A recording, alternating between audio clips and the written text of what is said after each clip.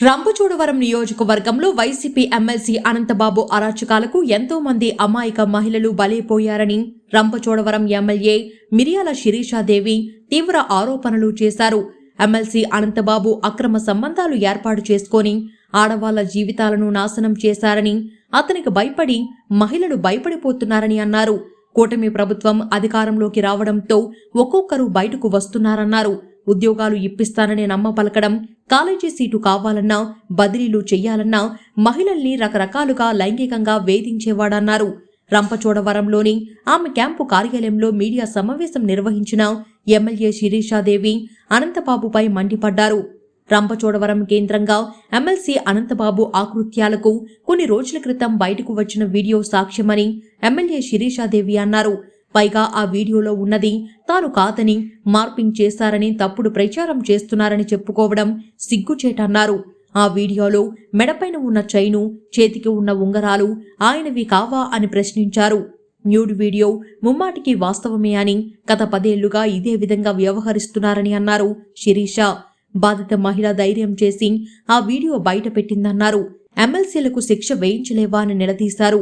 మహిళల పక్షపాతిని అని చెప్పుకునే జగన్మోహన్ రెడ్డి వీళ్లకు ఏ శిక్ష వేస్తావు అని అడిగారు. మొన్ననే ఒక ఎమ్మెల్సీ మహిళతో అక్రమ సంబంధం పెట్టుకొని భార్య పిల్లల్ని వదిలేశారని, ఇప్పుడు అనంతబాబు బాగోతం బట్టబయలైనా ఎందుకు చర్యలు తీసుకోవడం లేదని ప్రశ్నించారు. కాకినాడకు చెందిన తన కారు డ్రైవర్ వీధి సుబ్రహ్మణ్యం హత్య వెనుక అనంతబాబు ఓ మహిళతో పెట్టుకున్న అక్రమ సంబంధం వ్యవహారమేనని ఎమ్మెల్యే శిరీషాదేవి ఆరోపించారు. దళితుడిని చంపి డోర్ డెలివరీ చేసింది కూడా మహిళ కోసమే అన్నారు. దీని వెనుక 12 మంది అనుచరులు ఉన్నారన్నారు. కేసు నుంచి వారిని తప్పించారన్నారు. అనంతబాబు మహిళా అక్రమ సంబంధం విషయం డ్రైవర్కు తెలియడంతో ఎక్కడ బయట పెడతాడో అని కాకినాడ తీసుకువెళ్లి చంపేశారన్నారు. సుబ్రహ్మణ్యం కేసులో సిబిఐ ఎంక్వైరీ వెయ్యాలన్నారు. ఇటీవలే తిమ్మాపురం వద్ద ఏలేరు కాలువలో ఓ యువతిని తలాముండం వేరు చేసి చంపేసిన ఉదంతం బయటపడిందని, హత్యకు గురైన ఆ అమ్మాయి కూడా అనంతబాబు బాధితురాలేమోనని అనుమానం వస్తుందన్నారు.